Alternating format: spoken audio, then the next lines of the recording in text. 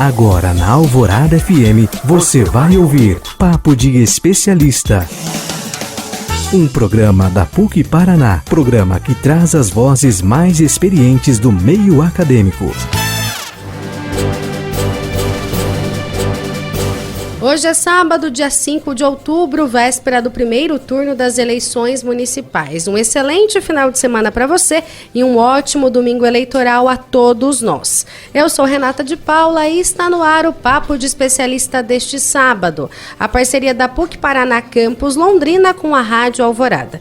O tema da nossa conversa de hoje, que começa daqui a pouquinho, é planejamento financeiro. Nosso convidado é Guilherme Bittencourt Teixeira, professor do curso de Administração da PUC Paraná Campus Londrina. Enquanto isso, saiba tudo o que acontece no Campus Londrina da PUC.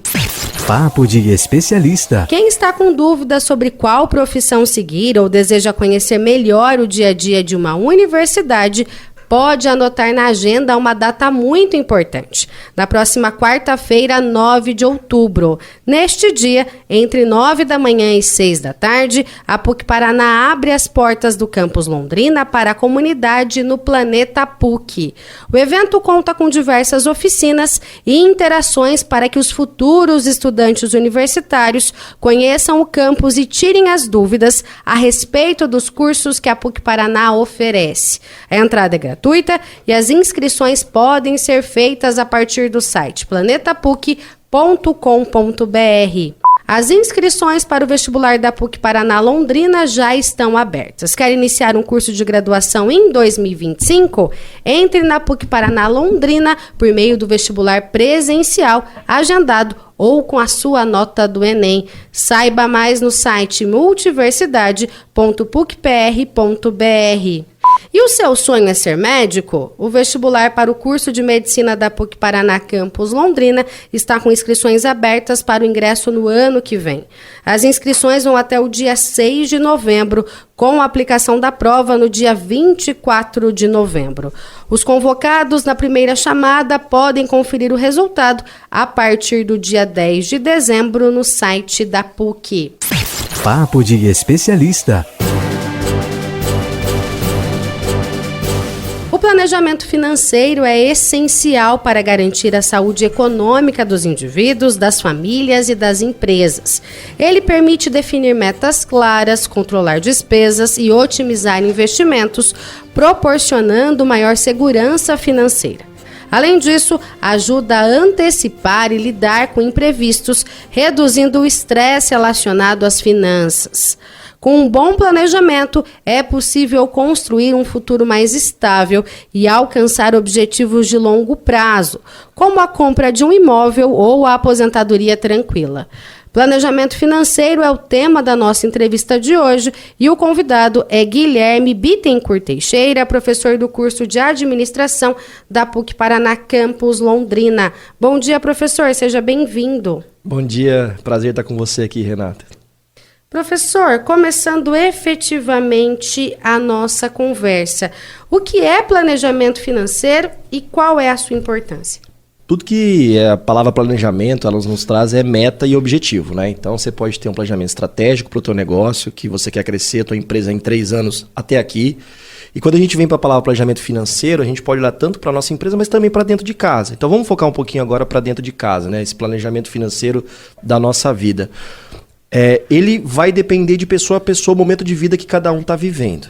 Então, por exemplo, talvez o planejamento financeiro de uma pessoa que está escutando a gente agora é poder casar e ter filhos e conseguir suprir esse aumento de custo de vida que ela vai ter, que pode ser de curto, médio ou longo prazo. Então, quanto eu preciso ter de entrada, ou seja, entrar de dinheiro dentro de casa para que eu consiga cobrir esses custos XYZ que vão aumentar.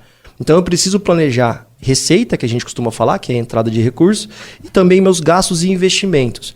Quando eu falo em gastos, são despesas que podem ser essenciais ou até despesas mesmo de lazer que a gente tem.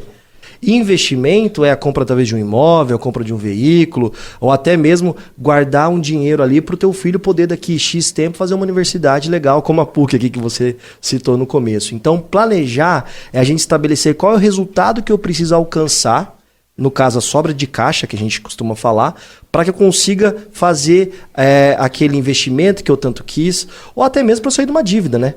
Talvez tem gente que está escutando a gente hoje aqui, que vai fazer um planejamento aqui para 12 meses, para 6 ou até para mais de um ano, se for o caso, para poder se dar a volta por cima, dar a volta do jogo aqui, né? Então a pessoa às vezes acabou tomando uma decisão incorreta, se endividou com cartão de crédito, e quanto ela precisa reduzir de custo e talvez até aumentar de receita para que ela possa virar esse jogo. E a gente tem que olhar realmente para esse aumento de receita, ou seja, para entrar dinheiro de casa, a gente precisa olhar para isso, né? Então se hoje você tem um salário de 2, 3, 4 mil reais, por exemplo, e o seu custo de vida você pode fazer de todos os milagres do mundo, você não consegue abaixar, talvez aquela veia do empreendedorismo vai ter que chegar para você. Talvez você vai ter que buscar outras soluções para você ter que aumentar esse recurso.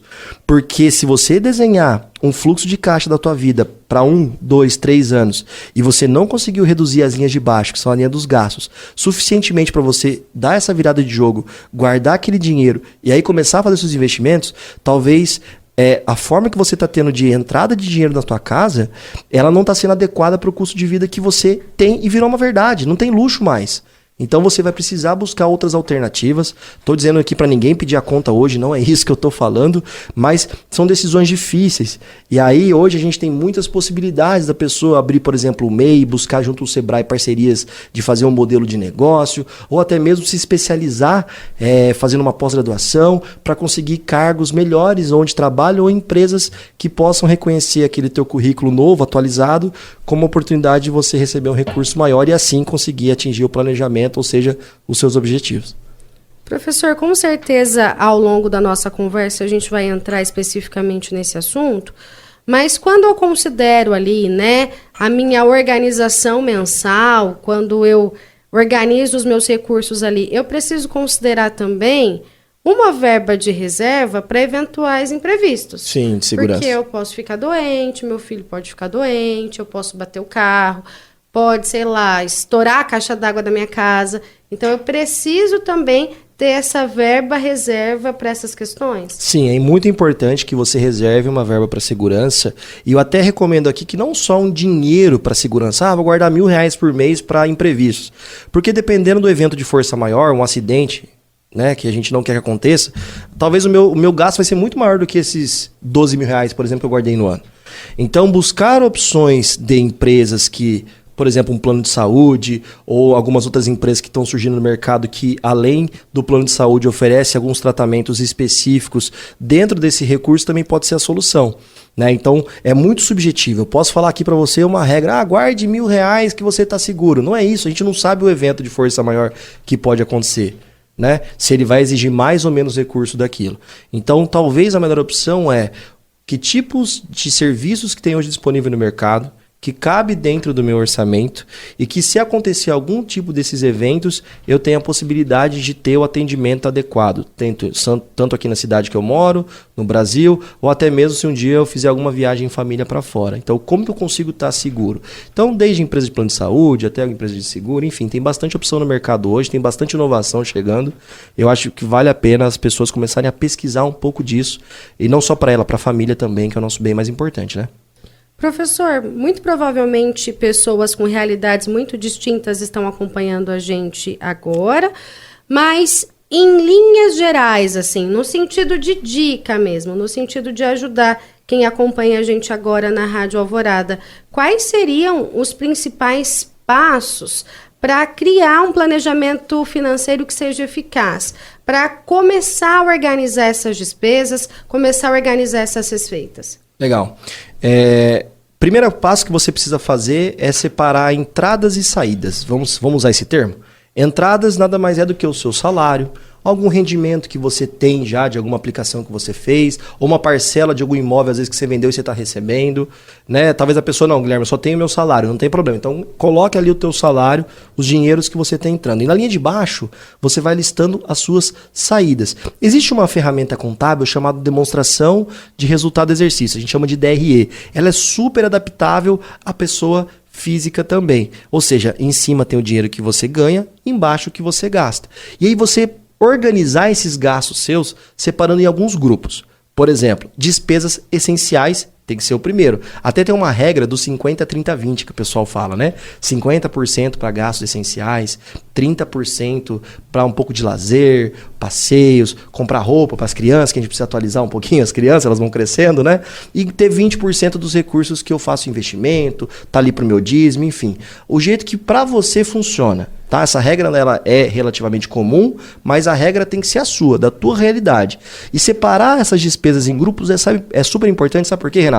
Porque você começa mês a mês, lado a lado, a observar e falar, opa, tô gastando demais aqui. Vou dar um exemplo. Existem alguns aplicativos hoje de alimentação online que você escolhe o cardápio que você quiser na ponta da mão. E chega rapidinho. E chega rapidinho, né? Então você pode comer o lanche na segunda, uma pizza na quarta, depende da tua realidade.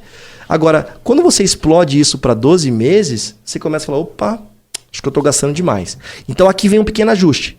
Não só listar os gastos que você faz do mês, mas provisionar isso para frente, para 12 meses ou mais.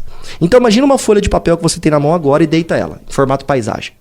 A primeira coluna, então, tem as entradas e saídas de forma organizada de janeiro. A segunda de fevereiro.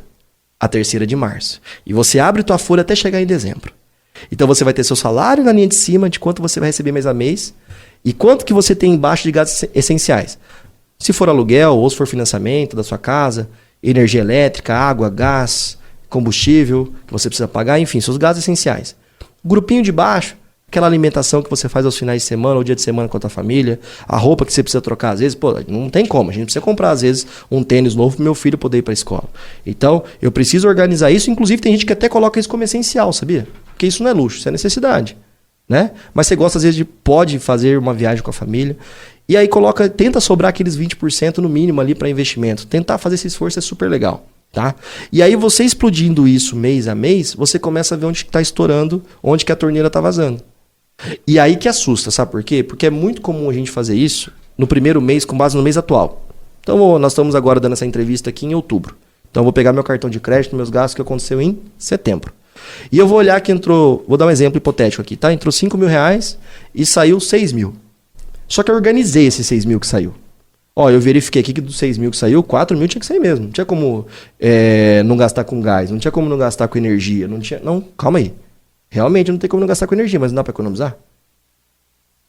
Não é porque você listou um gasto como energia elétrica que você tem que mantê-lo daquele volume.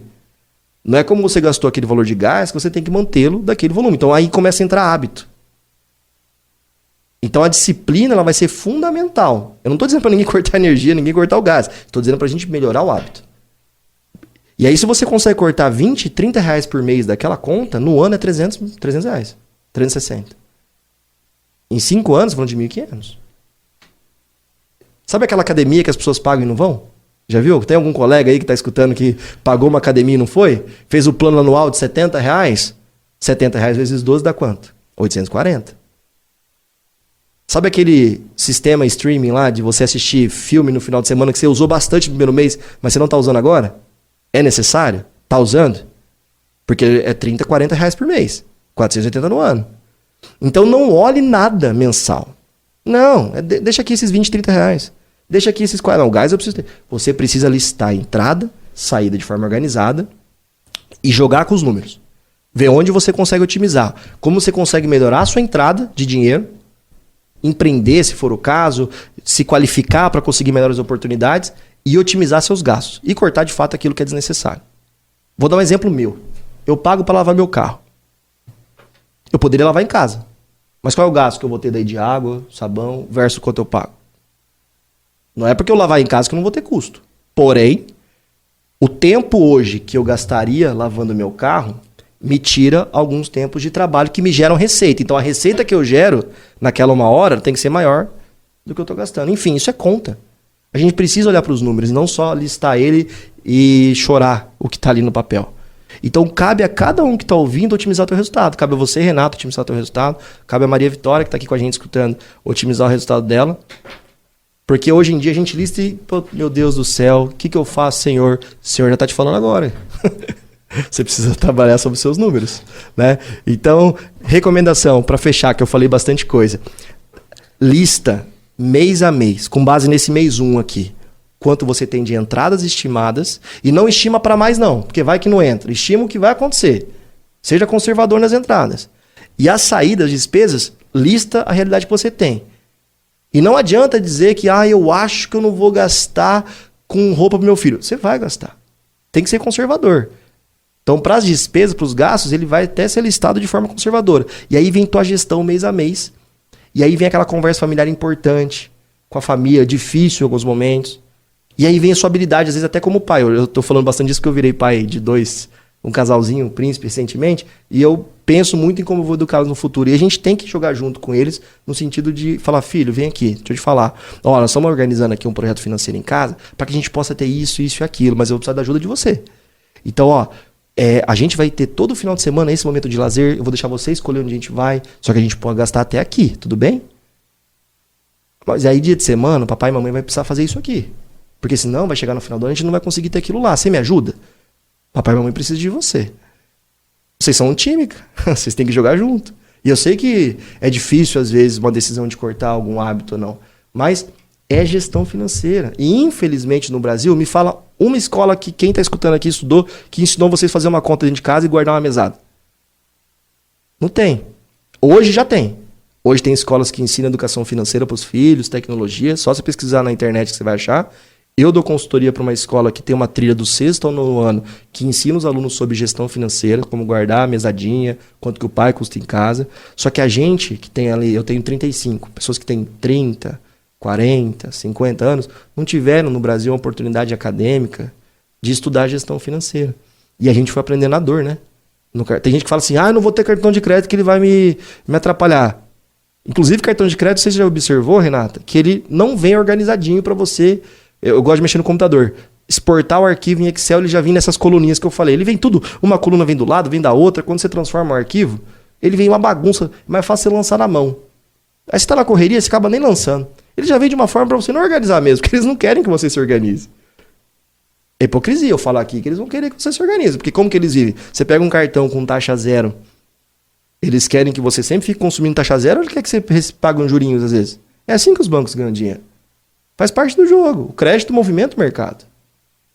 Aí vai de caber no teu orçamento ou não. Então, acho que o segredo da nossa vida hoje, e pensando sempre em família, o que a gente consegue propor para quem está com a gente, é a gente fazer uma gestão dos números.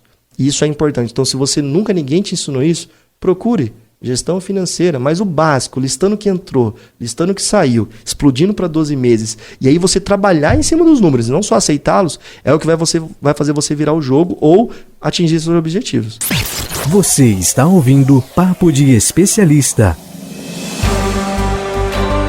Professora, a gente vai para um primeiro intervalo e daqui a pouquinho está de volta. Estamos apresentando Papo de Especialista, um programa da PUC Paraná. Não saia daí, fique ligado, voltamos já.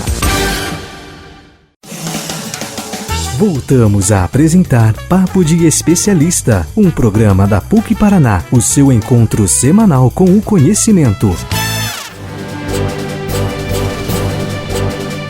Estamos de volta, Papo de Especialista. Hoje a gente conversa com Guilherme Bittencourt Teixeira, que é professor do curso de Administração da PUC Paraná Campus Londrina, sobre planejamento financeiro.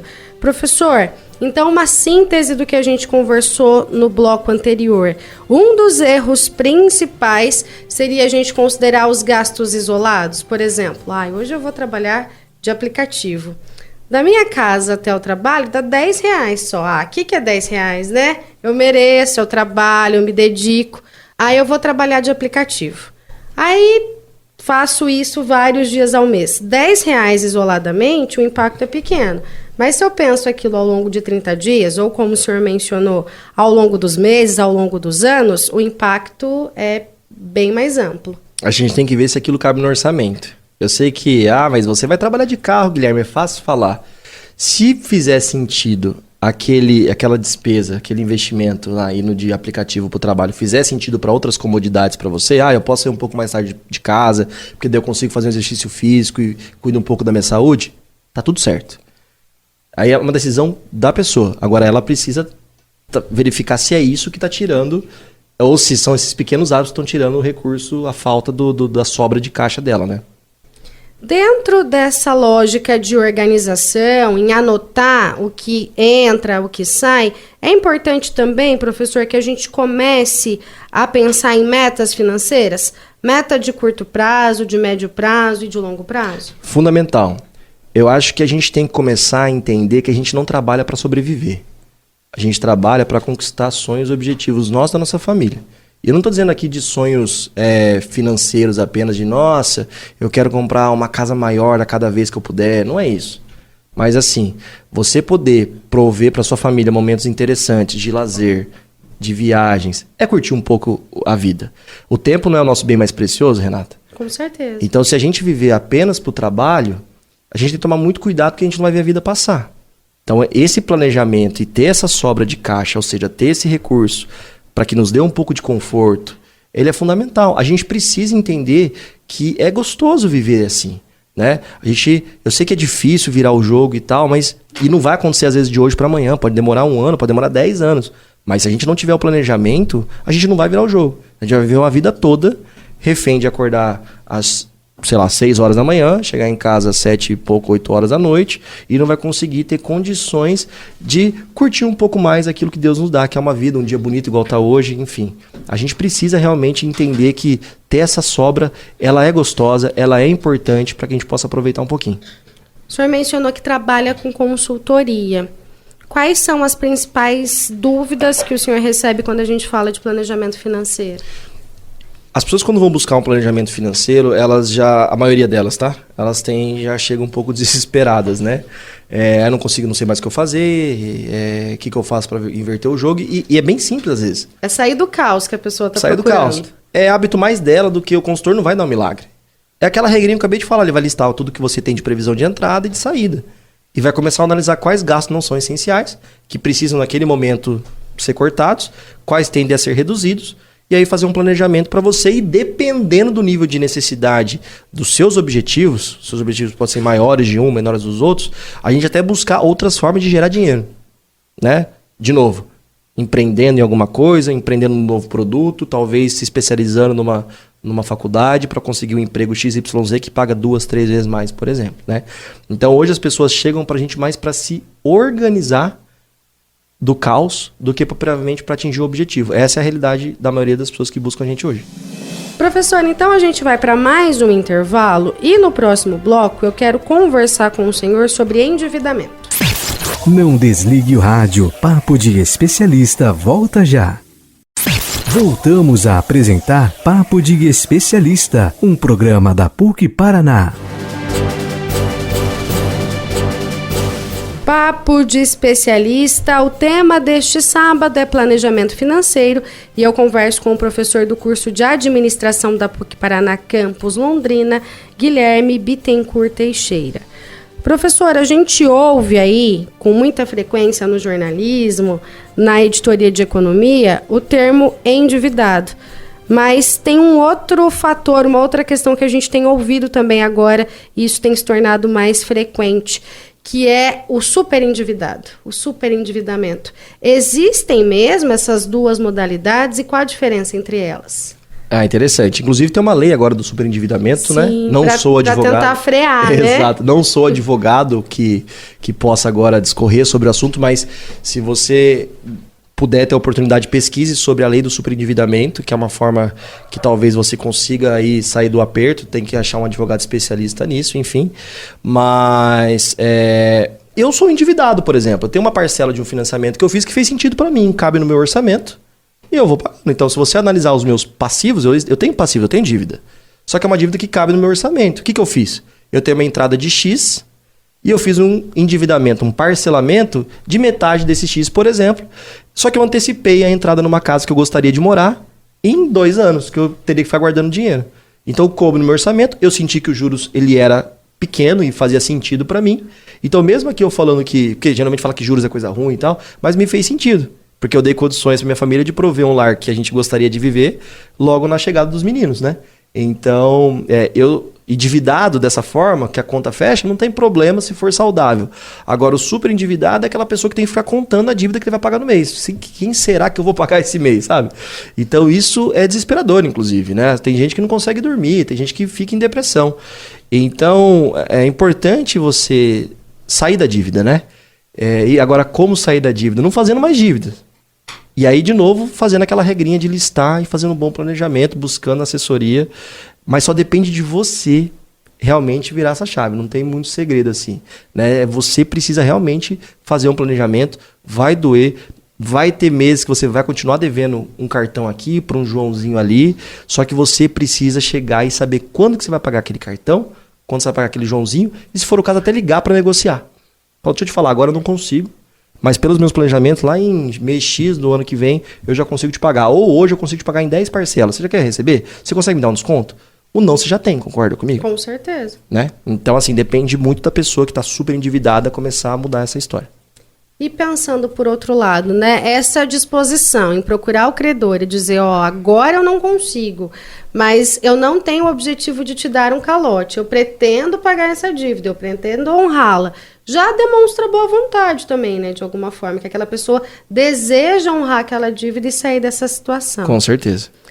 Professor, mas quais seriam os principais vilões desse contexto? Eu sei que a responsabilidade é minha, eu que preciso me organizar, claro. Mas quando eu penso nas principais dívidas ou nas dívidas mais caras, onde o brasileiro peca mais? Seria rotativo do cartão de crédito, ou estourar a fatura do próprio cartão, ou de repente cheque especial? Quais são os principais erros? Eu acho que você listou todos aqui, né? Juntos. Juntos, né? Porque o cartão de crédito, ele é muito legal se você souber trabalhar com ele, né?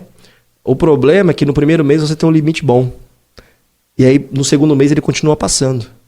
No terceiro mês, já vai passando um pouco menos. Mas a hora que você chegou no quarto, no quinto mês, que você já não tem mais limite, você acumulou uma dívida muito maior que você vai demorar 10, 15 meses para pagar. E aí você começa, às vezes, a buscar outras alternativas, porque despesas essenciais estão chegando, você está com um cartão muito alto. E, enfim, hoje o cartão de crédito ele é o principal vilão do brasileiro, não tem conversa, né? O cheque especial ele é meio natural acontecer, quando sua conta começa a ficar em vermelho, né? E ele é um juros extremamente alto. Então, a grande questão que tem acontecido é essa oferta de crédito, ela está muito fácil para quem está começando a poder ter o cartão de crédito, por exemplo. É tranquilo, hoje se você é um cara de 18 anos, uma pessoa de 20 anos que está com a vida legal, você vai conseguir um cartão de crédito no banco digital gratuito hoje. E se você não tiver aquele planejamento que a gente tanto citou aqui, a tendência é que você vai tendo uma ilusão que você tem muito mais dinheiro do que você tem. E a hora que você perceber que a fatura ficou muito pesada versus sua despesa essencial, para você sair dela, vem aquele desespero ali de 12 meses que você às vezes não tem maturidade para reverter, né? Então, tomar muito cuidado com o cartão de crédito. Eu não estou dizendo aqui para ninguém parar de usar. Se você souber de usar, ele é muito legal. Só que se você não tem a disciplina, é melhor, por enquanto, você não ter. O que eu ouvi uma vez de um amigo que a compra no crédito hoje, ela é no débito na virada do mês. Então, você tem que pensar nisso, né? Tem que controlar. Mas será também, professor, que essa questão desse dinheiro mais online, né? Quando eu era criança, eu tinha mais dinheiro físico, né? A gente pensava nas notas e tal. Minha mãe até brincava, ela falava, não vou trocar dinheiro não, porque se eu trocar uma nota de 100, 50, eu gasto rapidinho, não é assim, Romário? Se troca, acaba, gasta rapidinho. Mas agora a gente não tem isso. Eu tenho um filho que vai fazer 4 anos, e esses dias ele falou para eu comprar alguma coisa, daí eu falei para ele, mas a mãe não tem dinheiro. Daí ele falou assim, compra no Pix. Aí eu falei, mas para ter Pix eu preciso ter dinheiro, e o dinheiro acabou. Ele ficou pensando assim, mas e o cartão? Você tem o cartão? Eu falei, não, o cartão não tem dinheiro mais.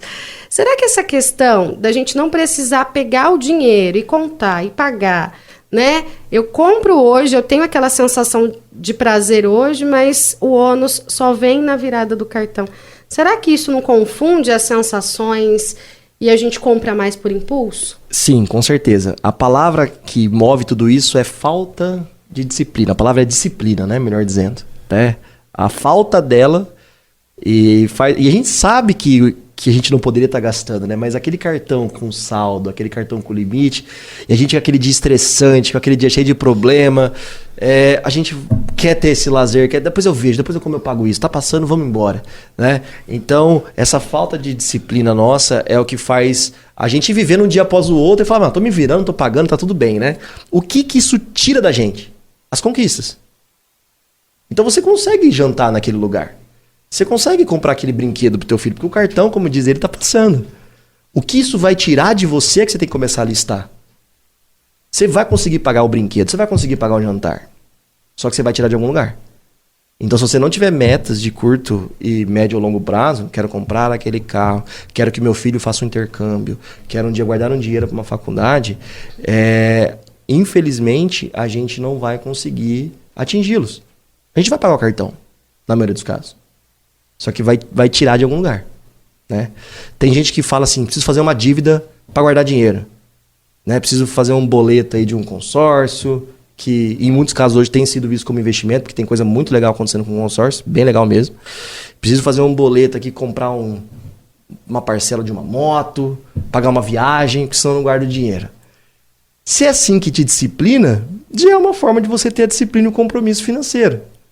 Né? Eu, quando tinha 18 anos, meu pai falou pra mim o seguinte, você precisa ter uma dívida, cara, senão você vai gastar todo o teu dinheiro. Eu vou te ajudar com ela, ele falou. Eu vou pagar uns balões aqui do seu apartamento, só que você tem que pagar as mensalidades. Porque ele tava vendo que eu tava muito saidinho no começo da faculdade, que não saí muito com meus amigos, e ele me ajudou a fazer umas contas. Olha o tanto você tá gastando aqui saindo com seus amigos. E com a ajuda do meu pai, eu consegui ter, com uns 20 e pouquinhos anos ali, o meu apartamento. Que depois eu aluguei, depois eu vendi. Ou seja, esse dinheiro eu poderia ter ido em tênis, poderia ter ido em saídas, poderia ter ido em viagem com os amigos, que é super importante. O jovem tem que ter esse lazer. Só que talvez ele estava sendo um lazer exagerado que meu pai identificou. Então, você que está escutando, que já é pai, você é a melhor pessoa para poder fazer do teu filho um jovem aí que tenha saúde financeira e conquiste seus sonhos de forma saudável, né? E não ter o recurso naquele momento, ele tira um pouco da nossa saúde mental, né? É um dos principais motivos que a gente tem hoje de depressão, de relacionamento, faltar dinheiro dentro de casa atrapalha o casal. Então, a gente precisa ter disciplina. Entender que esse dinheiro vai sair de algum lugar. E essa disciplina hoje, esse planejamento no presente, pode resultar numa segurança financeira no futuro e numa liberdade financeira? Com absoluta certeza. Eu sou contador de muitas empresas e tipo de empresa que a gente tem hoje chama holding, né? Onde as pessoas colocam os imóveis que ela conquistou durante a vida lá dentro. O que eu tenho de caso de pessoas que foram disciplinadas, que lá atrás, ao invés de comprar um carrão do ano, preferiu comprar um terreninho, pagou barato inclusive na época, e hoje esse terreno vale bastante, fez uma negociação até com construtora, é lindo de ver. Só que a pessoa ficou 20 anos com aquele terreno, parado, capinando. Teve disciplina, não teve? Então, não é um, nem dois, nem três clientes que eu tenho hoje, que são pessoas extremamente disciplinadas, que teve inúmeras oportunidades de realizar a venda daquele ativo que ela conquistou, que ela abriu mão de algumas coisas para tê-lo, e que mesmo assim, estudando o mercado, estudando o crescimento da cidade, falou, acho que vale a pena esperar. Então, você está vendo que a visão do empreendedor, ela vai além só daquela regra de guardar, só daquela regra de... Então, as pessoas analisam para onde a cidade está crescendo. Então, por exemplo, eu sou de Londrina. Para onde que a cidade está indo? Estou sentindo que a cidade está indo, por exemplo, um pouco ali para a região da Herprochet, indo para trás. Então, será que se um dia eu sou um cara que gosta de investir em imóveis, consigo um dia achar alguma oportunidade de estar para ali? Ou vou escutar algum amigo meu que é de alguma corretora, alguma imobiliária, que está falando que está saindo um empreendimento novo ali em Ibiporã, que é uma cidade que eu não conheço. Então, esse investimento também não traz segurança. Eu gosto muito da questão, eu vejo muito cliente que investiu em imóveis, né? Pagando uma parcelinha, algumas coisas. Dificilmente eu vi alguém que perdeu dinheiro com imóveis, tá? Então, hoje em dia, a gente tem alguns programas do governo que ele subsidia algumas entradas em empreendimentos pequenos, que dependendo da tua renda, você consegue sim fazer uma compra de um pequeno imóvel, que pode ser um ativo para você depois até dar um salto maior. Então, tem que estudar bastante, viu, Rê? Tem que ir atrás da informação e principalmente conversar com gente que já deu certo. Eu acho que isso é muito legal. Com certeza. Ter a humildade de perguntar, falando, como que você conseguiu? Né? Não tem problema. Exatamente. Até porque a pessoa também vai sentir prazer em ajudar, né? Sim. Em dividir essa informação. Professora, a gente vai para o último bloco e quando a gente voltar, eu quero conversar um pouquinho mais sobre investimento. Combinado. Você está ouvindo Papo de Especialista. Você está sintonizado na Rádio Alvorada e o Papo de Especialista está de volta.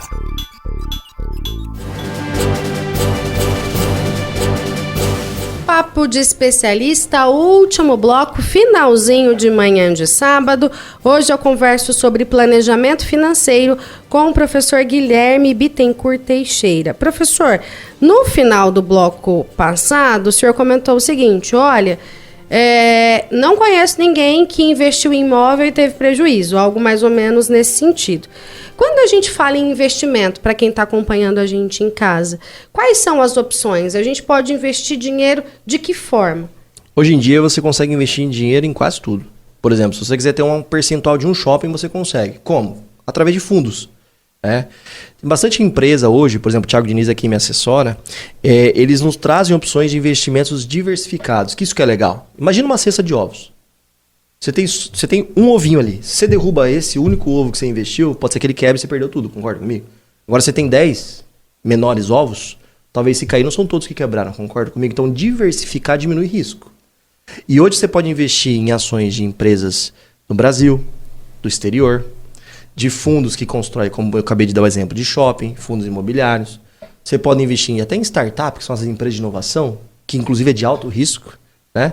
E você pode aplicar no seu banco normal, através de uma LCI, um CDB, aquelas aplicações comuns, até a famosa poupança, que hoje em dia não rende muito, como a gente gostava de investir antes, E até tem gente hoje que investe em moeda digital. Já viu falar em Bitcoin? Que é uma moeda hoje que vale mais de 300 mil reais uma Bitcoin. Lá atrás valia quase nada. Agora, é seguro investir nisso ou não? Então, qual que é a minha recomendação? Procure um profissional de empresas.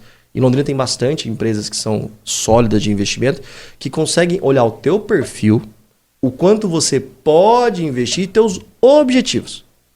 Não adianta você chegar lá para mim e falar, vou investir aqui, mas se eu precisar do dinheiro amanhã, eu preciso sacar. Tem tipos de investimento que são de liquidez, ou seja, sacar o dinheiro sem imposto. Já tem outros investimentos que se você sacar no curto prazo, o imposto é muito alto. E tem alguns investimentos que você nem pode sacar, dependendo. Então, tem que ver quais são os seus objetivos, que é o planejamento que a gente tanto falou, Então, basicamente hoje, através da tecnologia, essas empresas de investimento, você pode investir em muita coisa. Eu, por exemplo, sou um cara que gosta de investir em empresas novas, Existem fundos de investimentos que pegam pequenas ideias, que a gente chama de venture capital, E a gente ajuda com a nossa experiência a fazer esse negócio vender mais, crescer mais. E a gente investe uma quantia mais o nosso tempo. Então, hoje em dia, você consegue investir de muito jeito, muita forma.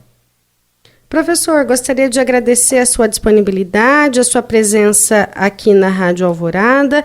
E se fosse para a gente dar um conselho para quem nos acompanhou até aqui, para quem ouviu a nossa entrevista, pensando primeiro em alguém que esteja num cenário de dívidas, o que o senhor diria a essa pessoa hoje? Pensando naquela pessoa que não está sobrando, mas também não está faltando, está ali no 0 a 0.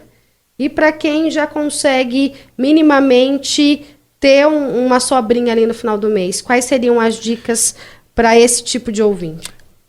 Faça uma reflexão sozinho, se for o caso. Olha para a tua vida daqui a 1 ano, onde você queria estar, ou você precisa estar, daqui 5 e 10. E pode sonhar. Sonha de forma coerente, Eu não vou sonhar que eu vou ser um capitão da seleção brasileira de futebol, porque não vai rolar. Agora, financeiramente, o que eu quero ter daqui a 1 ano, ou ajustar daqui a 1 ano, 5 e 10 anos. E dia a dia você vai refletindo se as suas escolhas, tanto no trabalho quanto de gastos, vão te ajudar a chegar lá. Aí vem a palavra disciplina. Por que eu citei trabalho? Porque se você quer chegar até esse lugar e seu serviço que você está trabalhando hoje só te proporciona até aqui, a tua empresa não é um problema, ela só não está alinhada aos teus objetivos. Aí depende de você os ajustes de carreira. Em relação aos teus gastos, também eles têm que ser ajustados para cada momento que você tem. Então, olhar para frente, 1 ano, 5 e 10, atrelar o seu trabalho, sua geração de receita a teus objetivos, ter foco, parar de perder tempo, e aí ter disciplina nas linhas de baixo, que são as linhas dos gastos e investimentos.